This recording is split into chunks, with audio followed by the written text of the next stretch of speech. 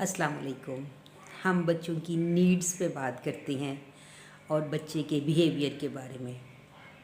बच्चे के बारे में सबसे पहली चीज़ ये है कि बच्चा रोता है और जब वो इस दुनिया में आता है तब से रोना शुरू करता है।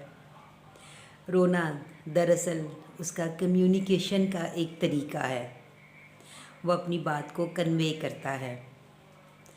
दिन में एक पीरियड ज़रूर ऐसा होता है जब बच्चा अनसेटल्ड होके रोता है और ये पीरियड हर बच्चे का अलहदा हो सकता है और एक ही बच्चे का मुख्तलिफ़ दिनों में भी अलहदा हो सकता है और माँ या अटेंडेंट बेहतर तौर पे समझ सकते हैं कि बच्चा क्यों रो रहा है।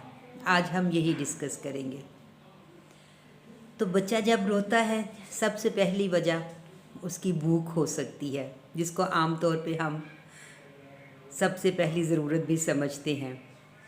बहुत सारी मदर्स को मैंने देखा है कि फ़ौरन बच्चे को फ़ीड करवाना शुरू कर देती हैं।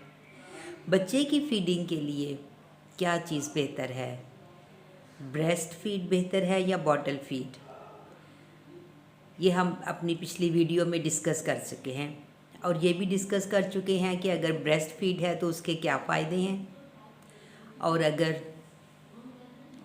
बॉटल फीड है तो उसमें कौन सी प्रिकॉशंस को मद्देनज़र रखना चाहिए। जब बच्चा भूखा होता है तो वो ब्रेस्ट को ढूंढता है।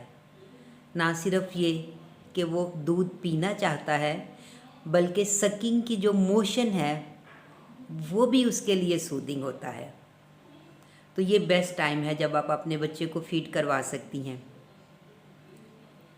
और फ्रीक्वेंटली करवा सकती हैं। अगर इससे बच्चा आपका चुप हो जाए तो और क्या चाहिए। दूसरी रीज़न जिसकी वजह से बच्चा आमतौर पर रोता है वो नैपी चेंज होता है कि बच्चा वेट और अनटाइडी फील करता है और वो रोने लग जाता है, तो उसकी नैपी को चेंज करना चाहिए। नैपी चेंज करने का सही तरीका क्या है और किस किस्म की प्रिकॉशंस को मद्देनज़र रखना चाहिए वो भी हम अपनी पिछली वीडियोस में डिस्कस कर चुके हैं। बच्चे के रोने की तीसरी जो वजह हो सकती है वो उसके कॉलिक या विंड हो सकती है पेट में। तो उसका एक बहुत ही आसान तरीका जो कि आम माँओं को मैंने देखा है वो करती भी हैं कि बच्चे को ऊपर की तरफ कंधे के साथ लगा के उसको पीछे टैप करती हैं। इस तरह टैप करने से उसके पेट में जो कॉलिक है वो भी ख़त्म हो जाती है, विंड भी ख़त्म हो जाती है और बच्चे को अपने थाइस के ऊपर उल्टा लिटाने से भी उसके पेट की दर्द और कॉलिक जो है ना उसमें कमी होती है। एक और चीज़ जो कि बच्चे को डिस्टर्ब करती है वो इर्द गिर्द का एनवायरनमेंट जब चेंज होता है। बच्चा बाज़ औक़ात ओवर टाइट हो जाता है या ओवर स्टिमुलेट हो जाता है। न्यू फेसेस उसके इर्द गिर्द होते हैं। आपने अक्सर देखा होगा कि बहुत खामोश रहने वाले बच्चे भी जिस वक्त शादियों पे जाते हैं तो वहाँ बहुत रोते हैं, या आजकल रमज़ान है तो बच्चे खामोश होते हैं लेकिन यूँ ही नमाज शुरू होती है इर्द गिर्द खामोशी हो जाती है और स्पीकर की आवाज़ उनको बहुत लाउड लगती है तो वो ऐसा रोना शुरू करते हैं कि जब तक नमाज ख़त्म नहीं होती वो मुसलसल रोते रहते हैं। तो न्यू फेसेस बहुत ज़्यादा उसके इर्द गिर्द जब होते हैं तब भी बच्चा जो है ना वो डिस्कम्फर्ट हो जाता है और जब बहुत ज़्यादा शोर हो तो उससे भी बच्चा डिस्टर्ब हो जाता है, रोना शुरू कर देता है।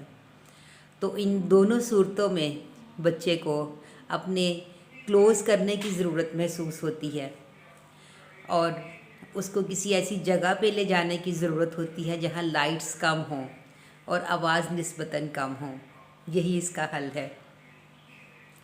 बच्चा बाज़ औक़ात अनकम्फर्टेबल भी फ़ील करता है और ये देखना चाहिए कि वो अनकम्फर्टेबल क्यों महसूस करता है। उसकी मुख्तलिफ़ रीज़न्स हो सकती हैं।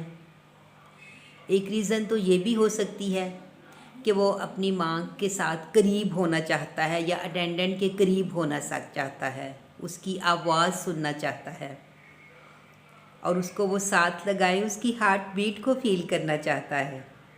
और ये एहसास कितना अच्छा और सूदिंग है कि आपका बच्चा आपकी हार्ट बीट को सुनना चाहता है और जिस स्पेशल अंदाज में आप बच्चे को मूव करते हैं, वो मूवमेंट जो है उसको वो मिस करता है और उसको लेना चाहता है। तो आप अपने बच्चे को जिस जिस मूवमेंट से खामोश करवाएंगे, उसकी क्राइनेस को ख़त्म करेंगी, वही वो बच्चा सीख जाएगा।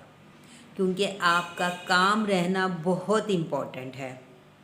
कुछ माँओं को मैंने देखा है कि वो बच्चे से ज़्यादा ऊंची आवाज़ में उसको चुप करवाने की कोशिश करती हैं, तो बच्चा वही सीख जाता है। आप आहिस्ता काम आवाज़ में उसको चुप करवाने की कोशिश करें तो वही बच्चा सीख जाएगा और वही आवाज़ उसके खामोश होने के लिए, उसकी सेटिस्फेक्शन के लिए काफ़ी होगी। बच्चा बाज़ औक़ात इस चीज़ से भी अनकम्फर्टेबल हो जाता है कि वो बहुत ज़्यादा हॉट या बहुत ज़्यादा कोल्ड फील करता है। तो बच्चे को इस तरह के एनवायरनमेंट में रखें कि ना तो बहुत ज़्यादा उसे गर्मी लगे और ना बहुत ज़्यादा सर्दी।